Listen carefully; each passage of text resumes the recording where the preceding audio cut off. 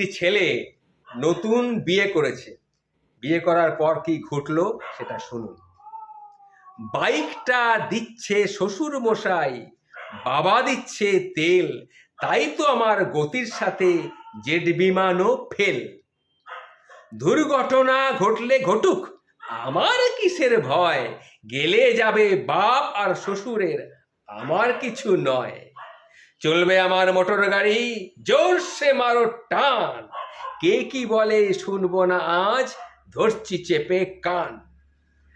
আহা কি মনোরম গাঁয়ের বাঁকা রাস্তা, ৬-৭ কিলো ঘুরে এসে করবো রে আজ নাস্তা। এমন গতির তুলবো রে আজ, আমার গতি দেখে থমকে যাবে পথের পথিক, পথ চলা রেখে। গতির চোটে কাঁপছে মানুষ, ধুরছে আর পথের ধুলো, লাফিয়ে উঠছে পথের ধারের বাসকা ছাগলগুলো। গতির আরো বাড়িয়ে দিলাম, পথটা পেয়ে সরু, হঠাৎ দেখি সামনে আমার বিশাল একটা গরু। ব্যাস, হয়ে গেল সমস্ত বিশাল কাণ্ড কারখানা। ধাক্কা লেগে হুন্ডা আমার পড়ল গিয়ে খাদে। আমার তখন হুঁশ ছিল না, ফিরল দুদিন বাদে। দুদিন বাদে জ্ঞান ফিরলে চেয়ে দেখি ভাই, আমার যে দুটো পা ছিল তার একটা আমার সাথে নাই।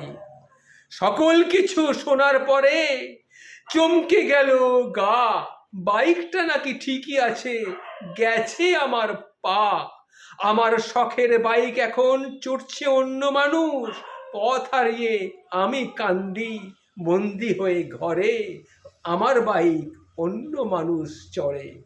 ঘরে বসে ভাবি যদি পাটা পেতাম ফিরে, তিরিং বিরিং ছেড়ে আমি বাইক চালাতাম ধীরে। মন রে বলি মন, ওরে মন, তুই যদি বুঝতিস দুদিন আগে, তবে কি আর পা দুটো হারিয়ে পঙ্গু হওয়া লাগে।